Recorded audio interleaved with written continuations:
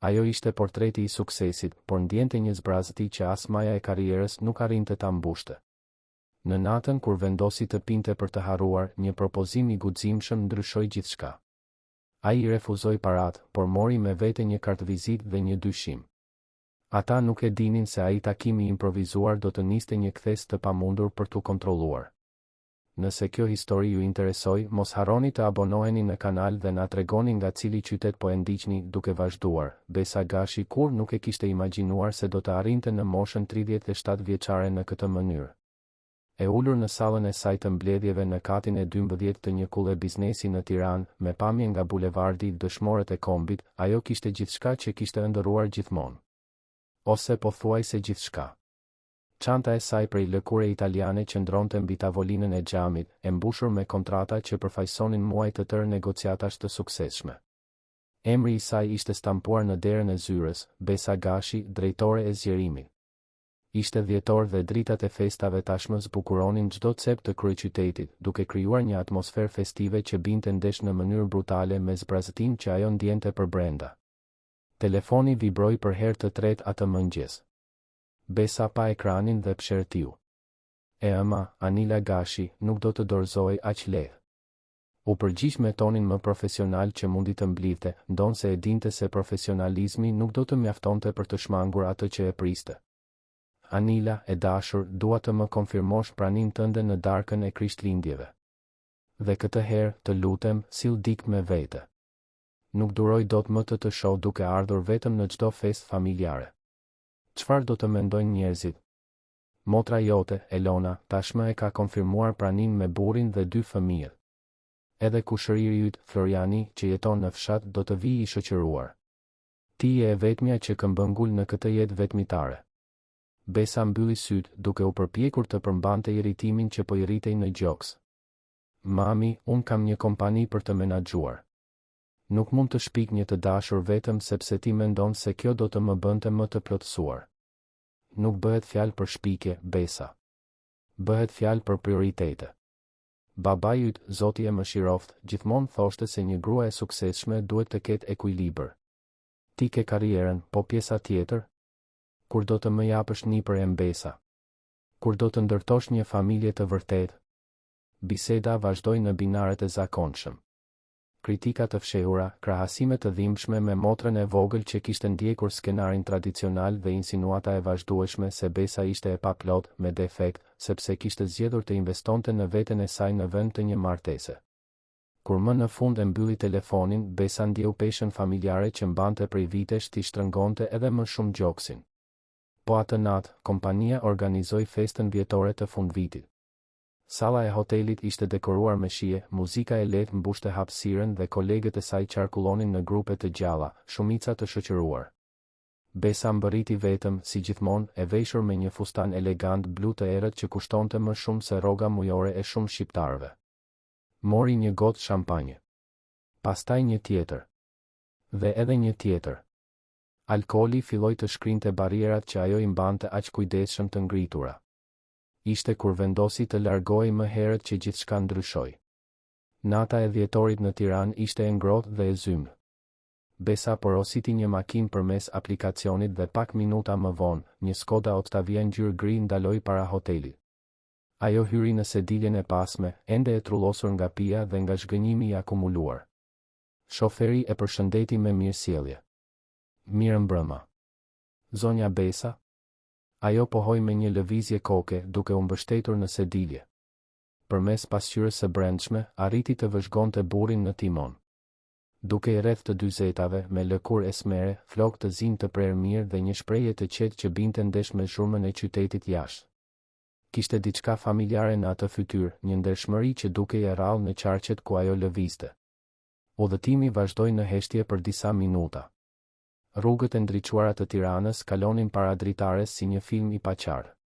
Ishte atëherë që Besa, e shtyrë nga alkooli dhe dëshpërimi, bëri diçka krejtësisht jashtë modelit të saj të sjelljes. Sa fiton në muaj duke I dhënë kësaj makine? Shoferi e pa përmes pasqyrës, I habitur nga pyetja e drejt për drejt. Varet nga muaji. Pak a shumë 300.000 lekë nëse punoj shumë. Besa hapi çantën dhe nxori bllokun e çeqeve. Dora i dridhej lehtë ndërsa plotësonte të dhënat. Po sikur të ofroja 2 milion lek për një punë një natëshe? Burri gati sa nuk frenoi befas. Dëgjoni, zonjë, unë jam një punëtor i ndershëm. Nuk bëj shërbime të tilla. Nuk është ajo që po mendon. Zëri i besës doli më i vendosur tani. Dua që të shtireshe si i dashuri im për disa orë. Vetëm kaq. Një darkë familjare më 24 vjetor.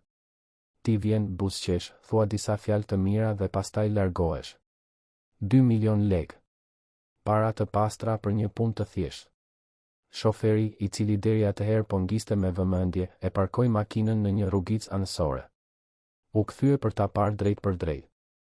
Më falni, por nuk mund ta pranoj. Kam parimet e mia përveç kësaj, nuk do të isha bindës. Njerëz si ju dhe njerëz si unë jetojnë në botë shumë të ndryshme. Besa ndjeu një thumbim refuzimi, por edhe një kuriozitet të sinqertë. Si quhesh? Arben. Arben Kola. Mirë, Arben Kola, do të jap kartë vizitën time. Nëse ndryshon mendje, më telefono.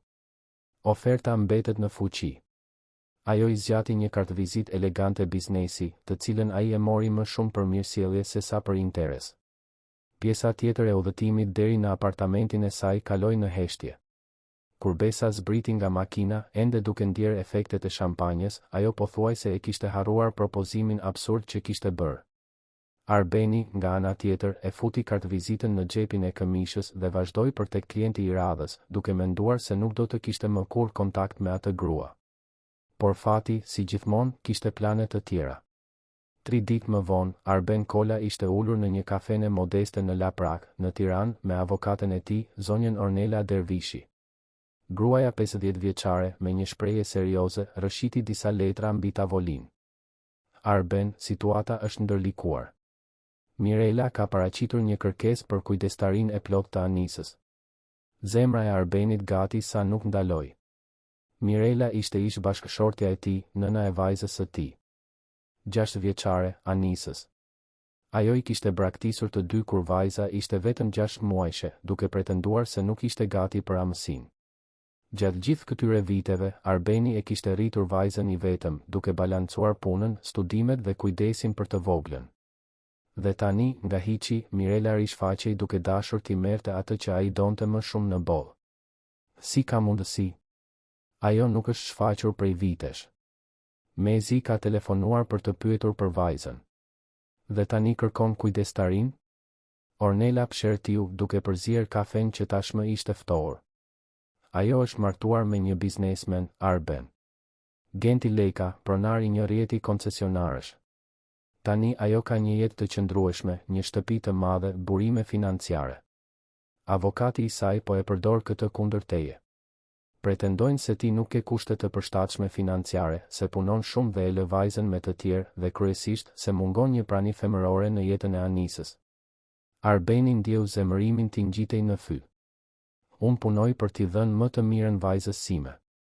Ajo studion në një shkollë të mirë, ka gjithçka që i nevojitet. Dhe nëna ime më ndihmon kur është e nevojshme, por unë jam i pranishëm. Unë jam aty çdo ditë. E di këtë, Arben. Por në gjykat, pamja ka rëndësi. Dhe ata do të shfrytëzojnë çdo dobësi. Seanca është caktuar për në janar. Ti duhet të tregosh se mund të ofrosh një shtëpi të plotë dhe të qëndrueshme. Nëse do të arrije të tregoje se ka një figurë femërore të pranishme, dik me të cilën ke një marrëdhënie serioze, kjo do ta forconte shumë çështjen tënde. Fjalët e avokates i bën njehon në mendje Arbenit gjatë gjithë rrugës për në shtëpi. Ai jetonte në një apartament të vogël, por të mirëmbajtur në Laprak. Kur mbërriti, Anisa e priti me një buzëqeshje që ndriçonte çdo ambient. Babi, shiko vizatimin që bëra sot në shkollë. Vajza i zgjati një flet letre plot ngjyra. Ishte një vizatim i një familjeje, një burr, një vajzë dhe, anash, një hapësirë boshe ku ajo kishte filluar të vizatonte diçka, por e kishte fshirë. Arbeni e përqafoi vajzën duke ndjer gjoksin t'i shtrëngoi. Ai nuk mund ta humbiste atë. Nuk mund të lejonte t'i merrnin arsyen e ekzistencës së tij. Atë natë, pasi e vuri Anisën në gjumë, Arbeni mori këmishën që kishte veshur 3 ditë më parë. Rëmoi në përgjepa derisa gjeti kartvizitën që e kishte ruajtur pa shumë konsiderat. Besa Gashi, drejtore e zgjerimit. Kishte një numër celulari të shtypur me shkronja të arta. Ai mbeti duke parë atë copë letre për minuta të tëra. Propozimi i saj I ishte dukur absurd, pothuajse fyes. Por tani, përballë mundësisë për të humbur Anisën, çdo opsion duke I vlefshëm. Nuk bëhej më fjalë për krenari apo parime. Bëhej fjalë për mbijetesë. Me gishta që I dridheshin, Arbeni shkroi një mesazh. Mirë mbrëma, Besa. Këtu është Arbeni, shoferi I disa ditëve më parë. Për atë propozimin që bëre, a është ende në fuqi? Duhet të flas me ty. Përgjigjja erdhi çuditërisht shpejt. Përshëndetje, Arben. Po, është ende në fuqi. Mund të takohemi nesër? Të dërgoj adresën. Të nesërmen, Arbeni parkoi para një kafeneje elegante në blok. Vendi ishte krejtësisht I ndryshëm nga ambientet që ai frekuentonte. Tavolina mermeri, shërbimi për sosur, menu me çmime që e bënin të gëlltitej me vështirësi. Besa ishte tashmë aty, e veshur me një kostum gri elegant, flokët e mbledhur në një topuz perfekt. Ajo e pa të hynte dhe I bëri me shenjë, duke I treguar karrigen përballë saj. Ndryshove mendje, e pyeti ajo drejt për drejt, pa u anuar. Arbeni u ul, duke zgjedhur fjalët me kujdes. Ndryshova sepse kam nevojë. Por situata është më e ndërlikuar se thjesht një darë. Kam nevojë që ti të shtireshe si partnerja ime gjatë një seance gjyqësore për kujdestarin. Ish gruaja ime po përpiqet të më marrë vajzën. Besa ngriti vetullat, sinqerisht e habitur. Seancë gjyqësore për kujdestarin? Kjo është serioze. Shumë serioze. Dhe nëse ti më ndihmon me këtë, unë e pranoj marrëveshjen. Do të vi në darkën tënde të Krishtlindjeve, do të shtirem si I dashuri perfekt, do të bëj gjithçka që të duhet. Por në këmbim, ti duhet të paraqitesh me mua në gjykatë dhe të bindësh gjykatësin se kemi një marrëdhënie të qëndrueshme dhe se vajza ime ka një prani femërore të shëndetshme pranë saj. Besa mbeti në heshtje për disa çaste, duke përpunuar informacionin. Atëherë, do të ishte një shkëmbim I drejtë. Unë të ndihmoj ty, ti më ndihmon mua. Pikërisht. Ajo I zgjati dorën mbi tavolinë. Marrëveshja u mbyll. Por duhet ta bëjmë siç duhet. Familja ime është jashtëzakonisht kritike. Dhe imagjinoj se edhe gjykata është e tillë. Do të na duhet të ushtrohemi, të krijojmë një histori bindëse, të njohim detaje për njëri tjetrin. Kemi 14 ditë deri për Krishtlindje. A ke kohë të lirë? Arbeni I shtrëngoi dorën, duke ndjerë vendosmërinë e asaj shtrëngimi. Kam. Do të bëj gjithçka që është e nevojshme për vajzën time. Dhe kështu, në një kafene elegante të Tiranës, dy të panjohur vulosën një marrëveshje që do t'ua ndryshonte jetën përgjithmonë. Asnjëri prej tyre nuk e imagjinonte se ajo inskenim I planifikuar do të shndërrohej në diçka shumë më të madhe se sa mund të parashikonin. Arbeni u kthye në shtëpi atë pasdite me një përzierje të çuditshme, shprese dhe ankthi. Besa, nga ana tjetër, u kthye në zyrë me ndjesinë se sapo kishte nisur diçka të rrezikshme, por në të njëjtën kohë çliruese. Të dy kishin arsye të dëshpëruara për ta bërë atë të funksiononte. Dhe në ditët në vijim do të zbulonin se vija midis shtirjes dhe të vërtetës është shumë më e hollë se sa do të donte të pranonte kushto. Po ju pëlqen kjo histori? Më tregoni mendimin tuaj për këtë histori dhe si mendoni se do të përfundoj. Ditët në vijim u shndërruan në një rutinë të çuditshme për të dy. Arbeni vazhdonte të punonte si shofer gjatë ditës, por netët tani I përkisnin provave. Besa organizoi një orar të detajuar, takime në apartamentin e saj, darka në restorante diskrete, madje edhe një shëtitje në park me Anisën që ajo të mësojë me praninë e saj. Çdo takim ishte I planifikuar, çdo bisedë kishte një qëllim. Por diçka po zhvillohej në prapaskenat e atij teatri të montuar me kujdes. Në ditën e tretë të provave, Besa vizitoi për herë të parë apartamentin e Arbenit. Ajo parkoi makinën e saj luksoze në rrugën modeste të Laprakës dhe u ngjit 3 kate me shkallë deri në katin e tretë. Kontrasti midis botës së saj dhe të tijës nuk mund të ishte më I dukshëm. Kur ai hapi derën, ajo u përball me një hapësirë të vogël, por të organizuar në mënyrë të përsosur. Dhoma e ndenjes kishte një divan të thjeshtë, një raft me libra arkitekture dhe disa vizatime fëmijësh të ngjitura në mur me ngjitës. Ishte një shtëpi e vërtet, e ndërtuar me dashuri dhe përpjekje të përditshme. Mirë se erdhe, tha Arbeni, pak i zënë ngushtë. Nuk është asgjë në krahasim me atë që je mësuar ti, por është këndi ynë. Është mikpritse, u përgjigj Besa dhe për habin e saj ishte e sinqertë. Ka jetë këtu. Apartamenti im është i madh, por bosh. Nuk ka asgjë nga këto. Ishte atëherë që u shfaq Anisa. Vajza kishte flokë gështenje kaçurela të lidhura në 2 gërsheta, sy të mëdhenj dhe kureshtar, dhe mbante një blok vizatimi shtrënguar pas gjoksit. Ajo e pa Besën me atë sinqeritetin tipik të fëmijëve, pa filtra apo gjykime. Ti je e dashura e babit tim? Pyetja erdhi drejt për drejt, pa u anuar. Arbeni u tensionua, por Besa u ul derisa arriti në nivelin e vajzës. Po, jam. Dhe ti duhet të jesh Anisa. Babi yt flet shumë për ty. Edhe ai flet për ty.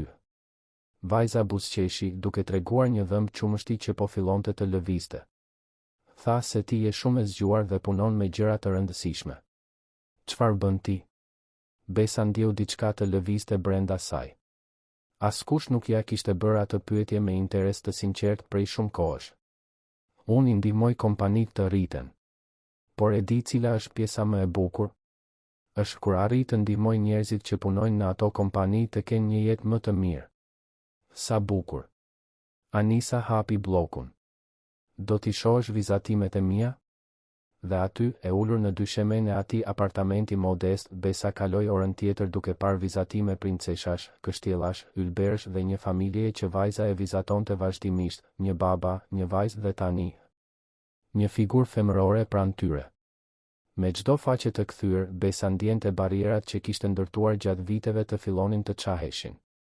Kur Anisa shkoi të flinte, Arbeni dhe Besa u ulën në tavolinën e vogël të kuzhinës për të rishikuar detajet e historisë që do të tregonin. Duhej të përputhnin çdo informacion, si u njohën, sa kohë kishin bashk, planet për të ardhmen. Arbeni bëri kafe në një ekspres të thjeshtë, duke e shërbyer në filxhan të ndryshëm.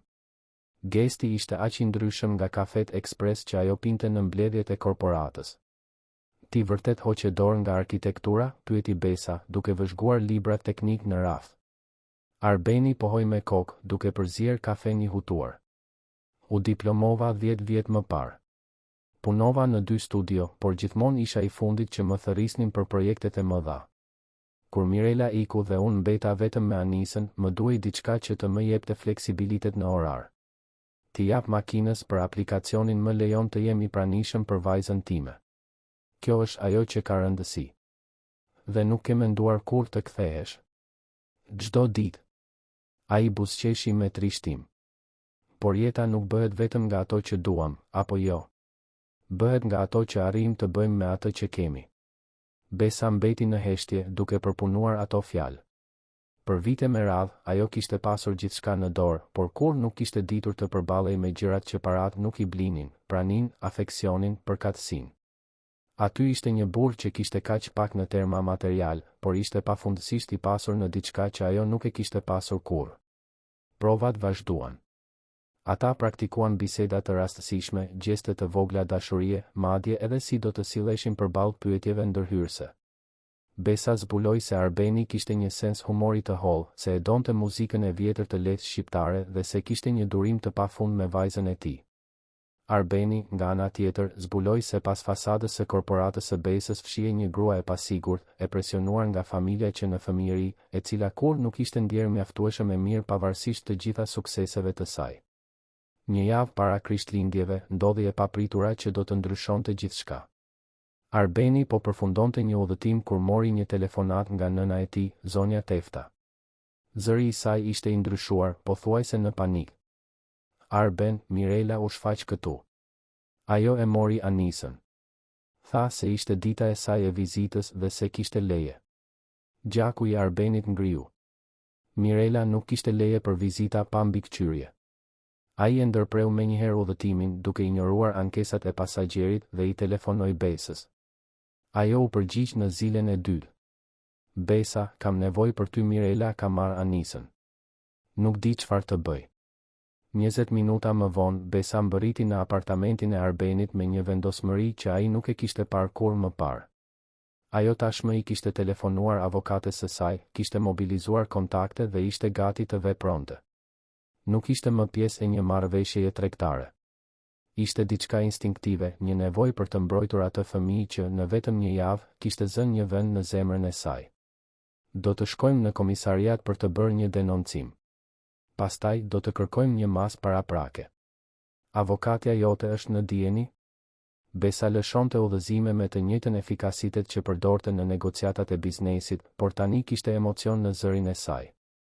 Arbeni pohoi me kokë, duke u përpjekur të ruante qetësinë. Zonja Ornella tashmë po përgatit dokumente. Orët në vijim ishin një mjegull procedurash ligjore, telefonatash dhe pritje anktioze. Besa nuk u largua nga ana e Arbenit as për një moment. Ajo i mbajti dorën kur dëshpërimi kërcënonte ta konsumonte, i ofroi shpatullën kur lotët këmbëngulnin të binin dhe luftoi pranë tij me një egërsi që i habiti të dy. Ishte vetëm në fund të natës, pasi arritën të merrnin një urdhër gjykate për kthimin e menjëhershëm të Anisës, që Arbeni më në fund u dorëzua. I ulur në stolin e komisariatit, ai mbuloi fytyrën me duar. Kam kaq frikë se do ta humbas. Ajo është gjithçka për mua. Gjithçka. Besa ul pranë tij dhe, për herë të parë që kur u njohën, prekja mes tyre nuk ishte e inskenuar. Ajo i mbajti dorën vërtet, duke gërshetuar gishtat me vendosmëri. Ti nuk do ta humbasësh. Nuk do të lejoj. Dhe në atë moment, diçka ndryshoi në mënyrë të pakthyeshme. Nuk ishin më dy të panjohur që po përmbushnin një marrëveshje. Ishin dy njerëz që, përmes rrugëve të shtrembëra dhe të pamundura, po fillonin të kujdeseshin vërtet për njëri tjetrin. Anisa u kthye mëngjesin tjetër. Mirela u përpoq të argumentonte, por përballë urdhrit të gjykatës dhe pranisë kërcënuese të Besës dhe avokates së saj, nuk pati zgjidhje. Kur vajza vrapoi në krahët e të atit duke qarë dhe duke kërkuar të mos largohej më kurrë prej tij, Besa ndjeu lotët e saj të buronin. Ajo kurrë nuk e kishte imagjinuar se mund të ndjente kaq shumë për një fëmijë që nuk ishte i saj. Në ditët që pasuan, dinamika mes të treve ndryshoi plotësisht. Besa filloi të kalonte më shumë kohë në apartamentin e Arbenit. E ndihmonte Anisën me detyrat e shkollës, e çonte vajzën për akullore, dëgjonte me durim historitë për princeshat dhe njëbrirëshat. Arbeni, duke vëzhguar atë skenë, e gjente veten duke menduar se ndoshta kjo nuk kishte nevojë të ishte vetëm një skenim. Një natë, pasi e vuri Anisën në gjumë, ata u ulën në divanin e vogël të dhomës së ndenjes. Televizori ishte ndezur me volum të ulët, duke transmetuar një film të vjetër që asnjëri prej tyre nuk po i kushtonte vëmendje. Arbeni theu heshtjen. Nuk ke nevojë të vish më këtu çdo ditë. Tashmë kemi histori të mjaftueshme për të bindur avokatën time dhe familjen tënde. Besa e pa dhe kishte diçka ndryshe në sytë e saj. Po sikur të dua të vi. Jo për marrëveshjen, por sepse më pëlqen të jem këtu. Sepse për herë të parë në vite ndihem pjesë e diçkaje reale. Arbeni i mbajti dorën dhe këtë herë nuk kishte audiencë për të impresionuar. Ishin vetëm ata të dy, duke qenë të sinqert me njëri tjetrin. Edhe mua më pëlqen që je këtu. Më shumë se sa duhet, duke pasur parasysh se e gjithë kjo filloi si një biznes. Ata mbetën në heshtje, duke ndjer peshën e atyre fjalëve. Marrëveshja që kishin bërë po shndërrohej në diçka shumë më të madhe dhe më komplekse. Dhe të dy e dinin se, kur të vinin Krishtlindjet dhe të ndodhte darka me familjen e Besës, nuk do të ishte më vetëm një farsë. Do të ishte testi përfundimtar për të zbuluar nëse ajo që ndjenin ishte reale apo vetëm rezultat i një bashkëjetese të detyruar nga rrethanat. Mungonin vetëm 5 ditë për Krishtlindje kur Besa më në fund i zbuloi Arbenit detaje rreth familjes së saj. Ata po darkonin në një restorant të thjeshtë, larg vëmendjes, kur ajo filloi të fliste. Nëna ime është nga ata që e matin vlerën e njerëzve nga statusi social. Babai im ishte ndryshe, më njerëzor, por ai u nda nga jeta 3 vjet më parë. Që atëherë, ajo është bërë edhe më kritike. Motra ime, Elona, është vajza perfekte, e martuar me një mjek, 2 fëmijë, shtëpi në një kompleks rezidencial të mbyllur. Unë jam zhgënjimi i familjes sepse zgjodha karrierën në vend të martesës. Dhe çfarë mendonte babai yt për ty? Besa buzëqeshi me trishtim. Ai ishte mbështetësi im më i madh. thoshte se unë isha e vetmja që pata guximin të ndërtoja diçka timen. Kur ai iku, ndjeva se humba mbrojtësin tim të vetëm në atë familje. Arbeni i shtrëngoi dorën mbi tavolinë. Ti nuk ke nevojë për miratimin e tyre për të qenë e mrekullueshme, Besa. Shiko gjithçka që ke arritur. E di. Ajo pshertiu. Por ende më dhem. Ende ndjej se duhet të provoj diçka. E kuptoj. Dhe të premtoj se më 24 do të jemi dashuri fals më i mirë që nëna jote ka parë ndonjëherë. Besa qeshi dhe ishte një e qeshur e sinqertë. Mendoj se ti ke pushuar së qeni fals prej disa ditësh. Shikimet e tyre u takuan dhe aty, në atë restorant modest në Tiranë, ata vulosën në heshtje atë që të dy e dinin tashmë. Kjo nuk kishte më të bënte me marrëveshje apo leverdi. Kishte të bënte me dy njerëz që u takuan në momentin e duhur, edhe pse për arsyet e gabuara, dhe po zbulonin se ndonjëherë marrëdhëniet më të mira lindin nga rrethanat më të pamundura. Nata e Krishtlindjeve erdhi më shpejt se sa priste secili prej tyre. Besa u zgjua herët në apartamentin e saj, duke ndjerë një përzierje ankthi dhe pritshmërie. Darka do të ishte në orën 8 të mbrëmjes në shtëpinë e nënës së saj në Rolling Hills, një kompleks rezidencial i mbyllur që përfaqësonte gjithçka që ajo kishte kaluar jetën duke u përpjekur ta arrinte dhe, në të njëjtën kohë, t'i shpëtonte. Ajo zgjodhi një fustan të kuq elegant, mjaftueshëm diskret për të mos u dukur e egzageruar, por mjaftueshëm i sofistikuar për të treguar se vazhdonte të ishte Besa e suksesshme që kishte qenë gjithmonë. Arbeni, nga ana tjetër, përballej me një dilemë tjetër. I ndalur para dollapit modest, ai vëzhgonte opsionet e pakta të veshjeve formale që kishte. Besa, duke e parashikuar këtë vështirësi, kishte këmbëngulur ta çonte për të blerë një kostum të ri disa ditë më parë. Ai kishte hezituar, por ajo kishte qenë e palëkundur. Nëse do ta bëjmë këtë, do ta bëjmë siç duhet. Ti meriton të ndihesh i sigurt. Tani, i veshur me atë kostum blu të errët që i rrinte përsosmërisht në trup, Arbeni mezi e njihte veten në pasqyrë. Anisa, që vëzhgonte gjithçka nga pragu i derës, duartrokiti me entuziazëm. Babi, je shumë i bukur. Si një princ. Ai i buzëqeshi së bijës, por nervozizmi ishte i dukshëm. Anisa do të qëndronte me zonjën Tefta gjatë darkës. Vajza ende nuk e kuptonte plotësisht se çfarë po ndodhte, por ndjente se diçka e rëndësishme po zhvillohej në jetën e të atit. Ti e do Besën vërtet, apo jo, babi? Pyetja erdhi me atë sinqeritetin çarmatosës të fëmijëve. Arbeni u ul, duke arritur në nivelin e së bijës. E dua, lulja ime. Shumë. Edhe ajo të do ty e di sepse ajo më shikon mua në të njëjtën mënyrë siç ti e shikon atë. Fjalët e vajzës i bën njehon në mendjen e Arbenit gjatë gjithë rrugës deri në apartamentin e Besës. Ata kishin rënë dakord të shkonin së bashku me makinën e saj. Kur ai mbërriti, ajo tashmë po priste në hyrje dhe pamja e saj i preu frymën Arbenit. Fustani i kuq theksonte elegancën e saj natyrale, flokët i kishte lëshuar në valë të buta dhe kishte një nervozizëm në sytë e saj që e bënte më njerëzore, më të afrueshme. Je shumë e bukur, tha ai, dhe nuk ishte më pjesë e skenarit të provuar. Ishte e vërteta. Edhe ti dukesh shumë mirë, u përgjigj ajo, duke ndjerë zemrën t'i rrite më shpejt. Udhëtimi deri në Rolling Hills ishte i heshtur. Të dy e dinin se ajo natë do të ishte vendimtare. Jo vetëm për të ruajtur aparencat para familjes së Besës, por edhe për veten e tyre. Ishte hera e parë që do të përballeshin me botën reale si një çift, edhe pse baza e atij çifti kishte lindur nga një marrëveshje e dëshpëruar. Kur mbërritën në shtëpinë e zonjës Anila, Arbeni mbeti i impresionuar. Ishte një vilë madhështore, me kopshte të mirëmbajtura, ndriçim festiv të bujshëm dhe një hyrje që dukej si nga revistat. Besa vuri re shprehjen e tij dhe i shtrëngoi dorën. Mos u frikso. Është vetëm një shtëpi. Dhe mbaj mend, ti je po aq i mirë sa çdo person që ndodhet aty brenda. Ata u pritën nga zonja Anila, një grua 60 vjeçare, elegante dhe me një shprehje që vlerësonte gjithçka me sy kritik. Shikimi i saj kaloi mbi Arbenin nga koka te këmbët në një fraksion sekonde dhe Besa ndjeu tensionin e menjëhershëm. Mami, ky është Arbeni. Arben, nëna ime, Anila. Gëzohem që ju njoh, zonja Anila. Arbeni i zgjati dorën me vendosmëri. Shtëpia është shumë e bukur. Dekoret e Krishtlindjeve janë të përsosura. Anila ja shtrëngoi dorën shkurtimisht. Faleminderit. Besa më ka folur shumë pak për ty, me çfarë merresh, Arben? Jam arkitekt. Përgjigjja erdhi natyrshëm.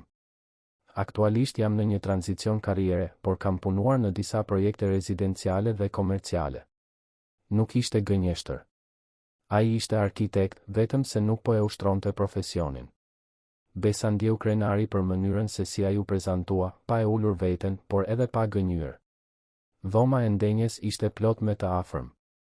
Elona, motra e Besës, ishte me burrin e saj Arturin dhe 2 fëmijët. Kishte xhaxhallar, kushërin dhe të gjithë dukeshin të etur për të njohur të dashurin misterios që Besa më në fund kishte sjell. Prezantimet u bën dhe Arbeni ja doli çuditërisht mirë. Ai ishte i sjellshëm, i vëmendshëm dhe kishte një mënyrë të sinqertë të biseduari që çarmatoste edhe më skeptikët. Ishte gjatë darkës që gjërat filluan të tensionoheshin.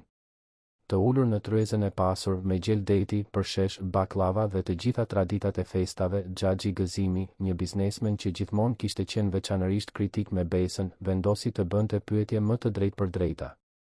Pra, Arben, the se je arkitekt. Në cilën studio punon aktualisht? Besa ndjeu stomakun t'i shtrëngoi, por Arbeni ruajti qetësinë. Për momentin, punoj si profesionist i lirë. Tregu është i vështirë, por jam në negociata për t'u kthyer në një studio në fillim të vitit. E kuptoj. Dhe si u njohët ti dhe Besa? Duhet të jetë në ndonjë event korporate, imagjinoj. Në fakt, u njohëm në një mënyrë shumë më të thjeshtë. Arbeni e pa Besën me një buzëqeshje të sinqertë. Unë isha duke punuar, ajo kishte nevojë për një makinë. Biseduam, patëm një lidhje të menjëhershme. Ndonjëherë gjërat më të mira në jetë ndodhin kur më pak i presim. Anila ndërhyri me një ton që përziente kuriozitetin dhe mosmiratimin. Duke punuar? Në çfarë saktësisht? Arbeni mund të kishte gënjur, mund të kishte shpikur diçka më të pranueshme për atë publik. Por e pa Besën, pa mbështetjen në sytë e saj dhe vendosi për të vërtetën. Drejtoj një makinë për një aplikacion transporti, zonja Anila. Ndërkohë që ripozicionohem në tregun e arkitekturës, është ajo që më lejon të kem fleksibilitet në orar për të kujdesur për vajzën time. Heshtja që pasoi ishte e rëndë. Elona gati sa nuk u mbyt me verën. Gëzimi ngriti vetullat në një shok të keq fshehur. Dhe Anila u zbe. Ti ke një vajzë? Zëri i Anilës doli i kontrolluar, por toni ishte i akull. Kam. Anisa, 6 vjeç. Është drita e jetës sime, u përgjigj Arbeni me krenari të sinqertë. Besa ndjeu zemërimin të rritej. Ajo ishte gati ta mbronte Arbenin, por ai ishte më i shpejtë. E di që kjo mund të duket e papritur për ju, por dua të lë diçka të qartë, kam shumë krenari për jetën që kam ndërtuar. E kam rritur vajzën time i vetëm, kam punuar me ndershmëri për t'i dhënë asaj gjithçka që i nevojitet dhe kam njohur një grua të mrekullueshme në këtë proces. Besa nuk ka nevojë për miratimin e askujt se me kë zgjedh të jetë. Ajo është një nga njerëzit më të jashtëzakonshëm që kam njohur ndonjëherë dhe nëse ju nuk arrini ta shihni këtë, problemi nuk është i saj, është i juaj. Heshtja tani ishte nga shoku. Askush nuk e kishte përballur kur Anilën apo Gëzimin në atë mënyrë. Besës ju mbushën syt me lot, por jo nga trishtimi. Ishte mirënjohje, admirim dhe diçka më e thellë që ajo ende po mësonte ta emërtonte. Anila u përmblodh shpejt. Mirë, çfarë sinqeriteti freskues. Por sinqeriteti nuk paguan faturat, djalosh. Ishte atëherë që Besa përplasi gotën në tavolinë, duke bërë që të gjithë ta shikonin. Mami, mjaft. Jam lodhur nga kjo. Jam lodhur duke u gjykuar, duke u matur me standarde që nuk kanë kuptim. Po, Arbeni I jep makinës për një aplikacion. Dhe e dini çfarë? Ai e bën këtë me dinjitet për të mbajtur vajzën e tij dhe për të mos u varur nga askush. Ai është diplomuar për arkitekturë, ka pasur një jetë të vështirë, por kur nuk është dorëzuar. Ai më trajton me respekt, më bën të ndihem e vlerësuar dhe më ka treguar se çfarë do të thotë të kesh një familje të vërtetë. Diçka që nuk e kam ndjer kur këtu. Besa, mos fol kështu me nënën tënde, u përpoq të ndërhynte Elona. Pse? Sepse e vërteta dhemb, vazhdoi Besa me zë të vendosur. Kam kaluar gjithë jetën duke u përpjekur të jem mjaftueshëm e mirë për ju. Kam ndërtuar një karrierë, kam fituar respekt profesional, kam marrë çmime. Por asgjë nga këto nuk kishte rëndësi, sepse nuk kisha një burrë dhe fëmijë. E po, tani jam me dikë. Dikë që më bën të lumtur. Dhe nëse kjo nuk është mjaftueshëm e mirë për ju, atëherë problemi jeni ju, jo unë. Anila u ngrit në këmbë, zëri i dridhej nga zemërimi i përmbajtur. Ti po bën një gabim. Ky burr nuk është i nivelit ton. Ai ka një vajzë nga një marrëdhënie tjetër. Ti po e hedh jetën tënde dëm. Besa gjithashtu u ngrit dhe Arbeni bëri të njëjtën gjë, duke qëndruar pranë saj. E di çfarë kam mësuar javët e fundit, mami? Kam mësuar se niveli social nuk do të thot asgjë nëse nuk ka njerëzillë. Arbeni më ka mësuar më shumë për dashurinë, familjen dhe prioritetet se sa kushton në këtë tavolinë. Dhe e dini çfarë tjetër? Po bie në dashuri me të. Vërtet. Fjalët dolën para se ajo të mund t'i filtroj, por në momentin që u than, Besa e dinte se ishin të vërteta. Arbeni e pa, i habitur dhe i emocionuar. Ai i mbajti dorën me vendosmëri. Anila tundi kokën, dukshëm e tronditur. Atëherë shko. Shko me shoferin tënd të aplikacionit dhe jetën tënde mediokre. Por mos eja të qash kur të kuptosh gabimin që ke bërë. Besa mori çantën dhe e pa nënën e saj për herë të fundit. Nuk do të qaj, mami. Për herë të parë në vite do të jem e lumtur. Ata dolën nga shtëpia nën shikimin e habitur të gjithë të pranishmëve. Vetëm një nga kushërinjt më të rinj i bëri me dorë në mënyrë diskrete, me një buzëqeshje mbështetëse. Kur arritën në makinë, Besa u shkri. Lotët që kishte përmbajtur gjatë gjithë konfrontimit më në fund erdhen dhe Arbeni e përqafoi, duke e lënë të qante në shpatullën e tij. Më vjen keq, i pëshpëriti ai. Më vjen keq që e shkaktova këtë. Jo. Ajo u largua, duke fshirë lotët. Ti nuk shkaktove asgjë. Kjo ishte brenda meje prej vitesh. Ti. Vetëm më dhe guximin për të thënë më në fund të vërtetën. Ata mbetën në heshtje për një moment, duke përpunuar gjithçka që kishte ndodhur. Pastaj Arbeni foli, me zë hezitues. The se po bie në dashuri me mua. Ishte vetëm për të provokuar nënën tënde apo ishte e vërtet? Besa e pa në sy dhe, për herë të parë, e lejoi veten të ishte plotësisht e pambrojtur. Ishte e vërtet. Dhe e di që kjo nuk ishte pjesë e marrëveshjes, e di që i ndërlikon gjërat, por kjo është ajo që ndiej. Arbeni buzëqeshi, një buzëqeshje e sinqertë që i ndriçoi fytyrën. Atëherë jemi dy. Sepse edhe unë po bie në dashuri me ty, Besa. Dhe mendoj se ka ca kohë. Ata u puthën aty, në parkingun e shtëpisë së Anilës, në ndritat e krishtlindjeve që vezullonin ironikisht përreth. Nuk ishte puthja e provuar për të impresionuar audiencën. Ishte reale, intensive, e ngarkuar me javë tensioni dhe ndjenjash të ndrydhura. Kur u ndan, të dy po buzëqeshnin. Le të shkojmë në shtëpi, tha Besa. Dua t'i kaloj krishtlindjet me ty dhe Anisën. Me familjen time të vërtetë. Dhe kështu, nata që duhej të ishte vetëm një fars u shndërrua në momentin më të vërtetë të jetës së të dyve. Mëngjesi i krishtlindjeve zbardhi ndryshe për të gjithë ata. Besa u zgjua në divanin e apartamentit të Arbenit, e mbuluar me një batanie që ai ja kishte hedhur gjatë natës. Anisa ishte zgjuar tashmë, e ulur në dyshemen e dhomës së ndenjes e rrethuar nga dhurata modeste që Arbeni kishte arritur të blinte. Kur pa Besën të zgjohej, vajza vrapoi ta përqafonte. Ti qëndrove këtu. I kalove krishtlindjet me ne. Besa e përqafoi vajzën, duke ndjerë zemrën t'i ngrohej. Sigurisht që qëndrova. Nuk ka vend tjetër ku do të preferoja të isha. Arbeni u shfaq nga kuzhina me një tabaka të improvizuar, byrek i ngrohtë, kafe e freskët dhe lëng portokalli. Nuk është asgjë në krahasim me banketin e dieshëm, por është bërë me dashuri. Është perfekte, u përgjigj Besa, dhe ishte e vërtetë. Ata e kaluan mëngjesin së bashku, duke hapur dhurata të thjeshta, duke qeshur me shakat e Anisës dhe, për herë të parë, Besa kuptoi se çfarë do të thoshte të kishe krishtlindje të vërteta. Nuk kishte të bënte me luksin, ushimin e shtrenjtë apo aparencat. Kishte të bënte me të qenit me njerëzit që do dhe që të duan. Në ditët pas krishtlindjeve, jeta mori një rutinë të re. Besa filloi të punonte nga shtëpia më shpesh, duke ulur ritmin frenetik që kishte mbajtur prej vitesh. Ajo kalonte pasditet duke ndihmuar Anisën me detyrat e shkollës, gatuante darka të thjeshta me Arbenin dhe zbuloi se lumturia nuk ishte në gjestet e mëdha, por në momentet e vogla të përbashkëta. Seanca gjyqësore për kujdestarin ishte caktuar për javën e 2 të janarit. Ndërsa data afrohej, tensioni rritej. Zonja Ornela i përgatiti Arbenin dhe Besën me përpikëri, duke rishikuar çdo detaj, duke parashikuar pyetje të vështira, duke ndërtuar një narrativ të fortë. Por tani, ajo narrativ nuk ishte më një gënjeshtër. Ishte e vërteta e tyre.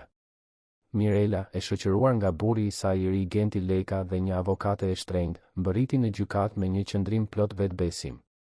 Ajo vishte rroba firmato, bishuteri diskrete por të shtrenjta dhe rezatonte arrogancën e dikujt që kishte para dhe pushtet në anën e saj. Genti ishte një burr në moshë të mesme, i veshur mirë, me një shprehje superioriteti që e irritonte thellësisht Arbenin. Salla e gjyqit ishte e vogël dhe formale. Gjykatësi Ilir Hoxha, një burr rreth të 50-tave me flokë të thinjur dhe një shprehje serioze, hyri dhe të gjithë u ngritën në këmbë. Seanca filloi me formalitete ligjore, leximin e proceseve, paraqitjen e dokumenteve. Avokatja e Mirelës, Blerta Krasniqi, ishte e para që foli.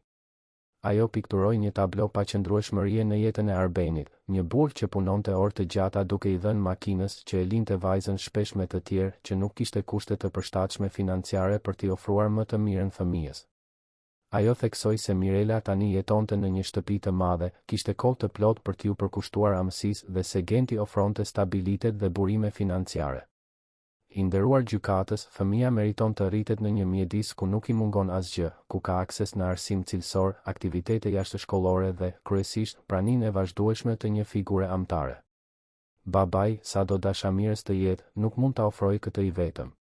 Kur erdhi radha e zonjës Ornela, ajo paraqiti një dosje të plotë. Dokumente shkollore që tregonin se Anisa ishte një nxënëse e zellshme, e lumtur, e përshtatur mirë. Letra nga mësuesit që lavdëronin përfshirjen e Arbeninit në edukimin e së bijës. Fotografi të momenteve të përditshme që tregonin një shtëpi plot dashuri. Dhe pastaj, ajo thiri Besën për të dëshmuar. Besa u ngrit duke ndjerë të gjithë vëmendjen të kthehej drejt saj. Ajo vishte një kostum diskret, transmetonte seriozitet dhe besim. U betua të thoshte të vërtetën dhe u ul. Zonja Gashi, sa kohë keni që e njihni zotin Arben Kola, filloi zonja Ornela. E kam njohur Arbenin rreth 2 muaj më parë. Që atëherë kemi zhvilluar një marrëdhënie serioze dhe të qëndrueshme. Dhe cila është marrëdhënia juaj me të miturën Anisa? Besa buzëqeshi kur mendoi për vajzën. Anisa është një fëmijë i mrekullueshëm. E zgjuar, krijuese, e ndjeshme. Kam kaluar kohë të konsiderueshme me të, duke e ndihmuar me detyrat e shkollës, duke marrë pjesë në aktivitete të përditshme. Ajo më ka pushtuar plotësisht. Mund ta përshkruani mjedisin që zoti Arben i ofron së bijës? Besa e pa drejt për drejt gjykatësin. Mundem, i nderuar gjykatës. Arbeni ka krijuar një shtëpi ku Anisa ndihet e dashur, e sigurt dhe e vlerësuar. Po, është një apartament i thjeshtë, por është i mirë mbajtur në mënyrë të përsosur. Ka libra, vizatime në mure, lodra edukative. Më e rëndësishmja se kaq, ka prani. Arbeni punon shumë, por është gjithmonë i disponueshëm për të bijën. Ai e çon në shkollë, ndjek mbledhjet me prindër, përgatit ushqime të shëndetshme, merr pjesë aktivisht në jetën e saj. Kam parë shumë prindër me të gjitha burimet e botës që nuk ofrojnë një të dhjetën e dashurisë dhe vëmendjes që Arbeni i ofron Anisës. Avokatja Blerta u ngrit. I nderuar gjykatës, a mund t'i bëj disa pyetje dëshmitares? Gjykatësi pohoi me kokë. Avokatja ju afrua Besës me një buzëqeshje që nuk i arrinte në sy. Zonja Gashi, ju jeni një drejtuese e suksesshme, apo jo? Po. Dhe jetoni vetëm në një apartament luksos pranë liçenit artificial? Po. Atëherë ju keni burime të konsiderueshme. Financiare. A nuk do të ishte e drejtë të thuaj se zoti Arben përfiton financiarisht nga kjo marrëdhënie? Besa ruajti qetësinë. Marrëdhënia jon nuk bazohet në çështje financiare. Arbeni është një burr i denjë, punëtor, i cili kur nuk më ka kërkuar apo pranuar ndonjë lloj ndihme financiare që nuk ishte e justifikuar. Por ju ndihmua të paguani kostumin që ai ka veshur sot, apo jo? Arbeni deshi të ndërhynte, por zonja Ornela e përmbajti. Besa u përgjigj me vendosmëri. I bëra një dhuratë partnerit tim. Kjo është ndryshe nga ta mbash atë. Dhe sinqerisht nuk shoh rëndësinë e kësaj pyetjeje për çështjen e kujdestarisë. Rëndësia, zonja Gashi, është se po përpiqemi të kuptojmë natyrën e vërtetë të kësaj marrëdhënieje. Ju njiheni vetëm prej 2 muajsh. Kjo është shumë pak kohë që ju të pohoni se ka një shtëpi të qëndrueshme. Njoh njerëz që janë bashkë prej vitesh dhe nuk kanë lidhjen që Arbeni dhe unë kemi ndërtuar në 2 muaj. Koha nuk është sinonim i cilësisë. Dhe mund të pohoj me siguri absolute se Anisa ka, një shtëpi të qëndrueshme me baban e saj. Një shtëpi të bazuar në dashuri, jo në para. Gjykatësi ndërhyri. Zonja Blerta, keni ndonjë pyetje tjetër relevante? Avokatja hezitoi, por hoqi dorë. Jo, i nderuar gjykatës.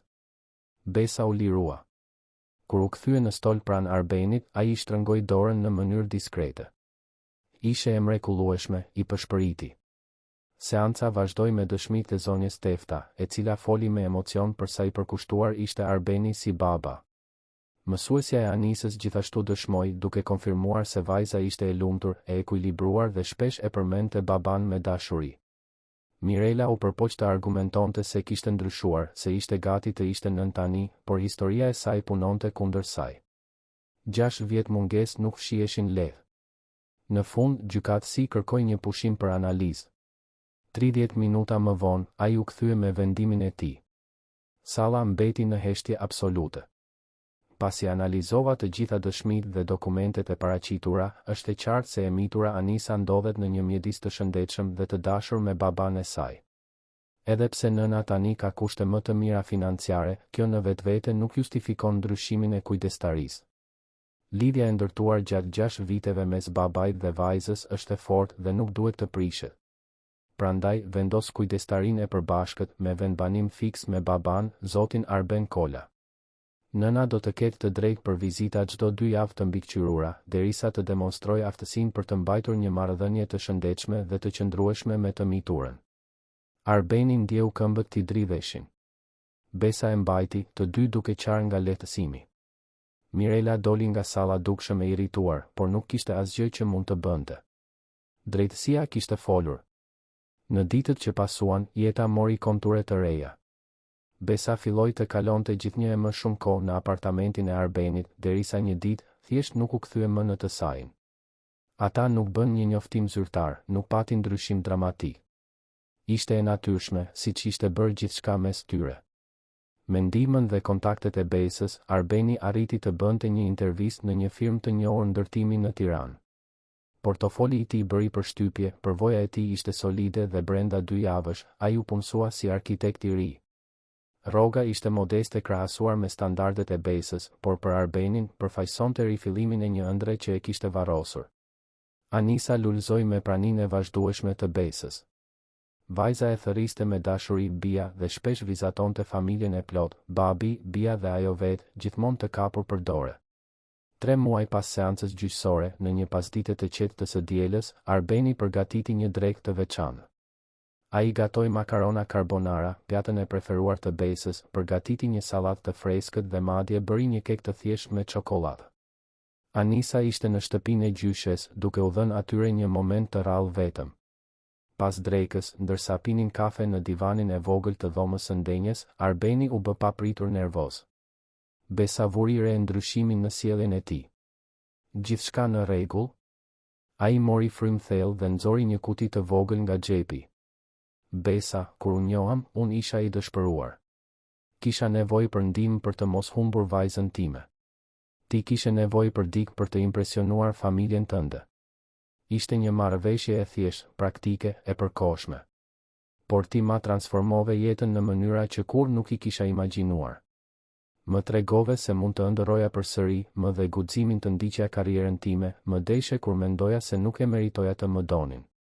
Dhe më e rëndësishmja, e deshe vajzën time si të ishte e jotja. Ai hapi kutin, duke zbuluar një unas të thjeshtë, por të bukur. Nuk është një bijuteri e shtrenjtë, nuk ka diamante të mëdhenj. Por është e sinqertë, si gjithçka mes nesh. Besa Gashi, a do të martohesh me mua? Jo për leverdi, jo për marrëveshje, por sepse të dua vërtet dhe dua të ndërtoj një jetë pranë teje. Besa po qante, por ishin lot lumturie. Po, dua. 1000 herë po. Ata u puthën dhe ishte ndryshe nga të gjitha puthjet e mëparshme.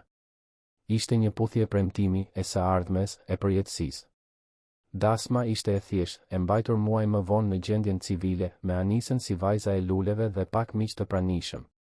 Zonja Anila nuk mori pjesë, por Elona u shfaq, duke sjell fëmijët dhe një kërkesë diskrete faljeje.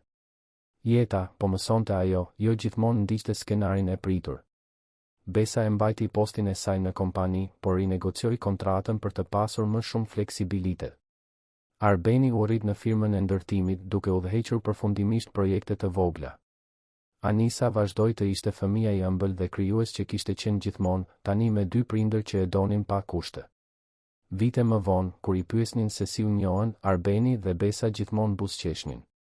Ishte një histori e pamundur, e nisur nga dëshpërimi dhe nevoja, por e shndërruar në diçka të vërtet nga koha, bashkëjetesa dhe guximi i të dyve për t'i lejuar vetes të ndjenin. Ata kishin provuar se familjet nuk ndërtohen vetëm me gjak apo mbiemër, por me dashuri, angazhim dhe guximin për t'u përballur me të papriturën. Dhe se ndonjëherë dashurit më të mira të jetës lindin kur më pak i presim, në vendet më të pamundura, me njerëzit që kur nuk do t'i imagjinonim. Besa më në fund pati familjen që kishte dëshiruar gjithmonë, jo atë që shoqëria priste prej saj, por atë që zemra e saj zgjodhi. Arbeni arriti t'i jepte së bijës jo vetëm një shtëpi, por një shtëpi të plot dashuri dhe mundësi. Dhe Anisa fitoi jo vetëm një nën, por një familje të bashkuar nga ajo që ka vërtet rëndësi, dashuria e vërtetë. Fundi i historisë.